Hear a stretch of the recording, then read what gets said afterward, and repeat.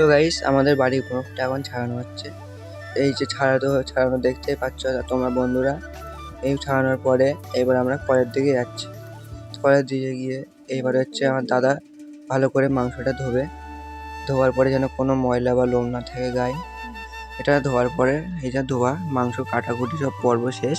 এই যে মাংস দেখতেই পাচ্ছে আপনার সামনে। এইবার আমাদের মাংস মশলা রেডি হচ্ছে। এইবার এটা কমপ্লিট হবার পরে কড়াইতে তেল দিয়ে দিলাম। গরম হওয়ার লঙ্কা দেওয়ার পরে একটু ভেজে নেওয়ার পরে একটু পেঁয়াজ দিয়ে দিল। কড়াইতে ভাজা হয়ে গিয়েছে। তারপরে একটু রসুন দিয়ে দিল। রসুনটা দেওয়ার পরে আর একটু দিয়ে দিল যেন একটু ভালো টেস্ট আসে।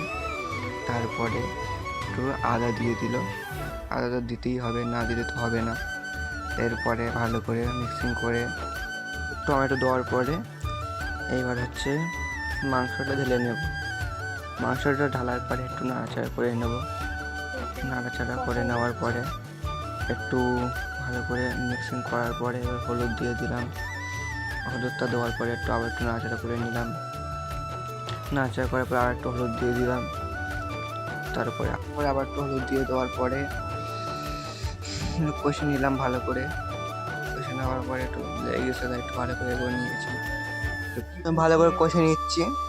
এবার কষে নেওয়ার পরে হচ্ছে এবার একটু লঙ্কা দিয়ে দেবো এর ওপরে দিয়ে এইবার এটাকে ভালো করে কষে নেব।